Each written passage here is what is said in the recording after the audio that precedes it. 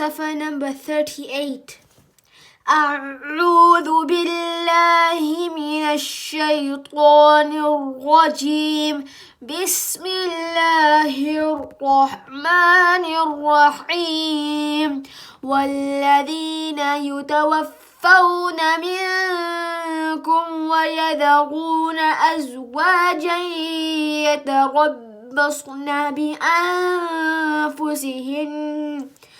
بأنفسهن 4 أشهر وعشرا، فإذا بلغن أجلهن فلا جناح عليكم فيما فعلن في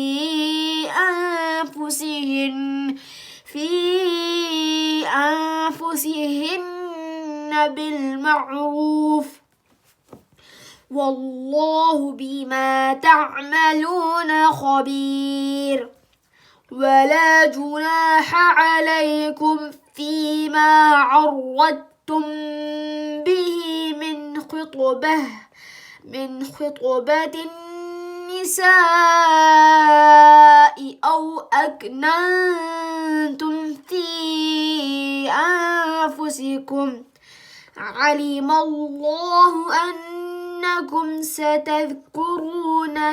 ستذكرونهن ولكن لا تواعدوهن سرا إلا أن تقولوا قولا معروفا، ولا تعزموا عقدة النكاح حتى يبلغ الكتاب أجله، واعلموا أن الله يعلم ما في أنفسكم فاحذروه، واعلموا أن الله غفور حليم.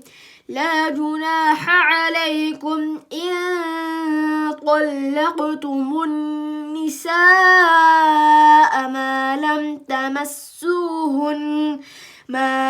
تمسوهن أو تفرضوا لهن فريضة، ومتعوهن على الموسع قدره وعلى المقتر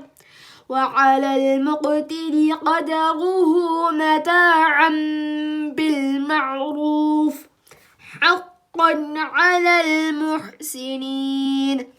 وإن طلقتموهن من قبل أن تمسوهن وقد فرضتم لهن فريضة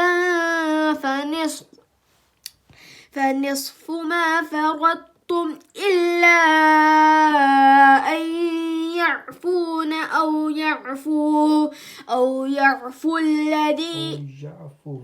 أو يعفو الذي بيده عقدة النكاح، وأن تعفوا أقرب للتقوى، ولا تنسوا الفضل بينكم، إن الله بما تعملون بصير.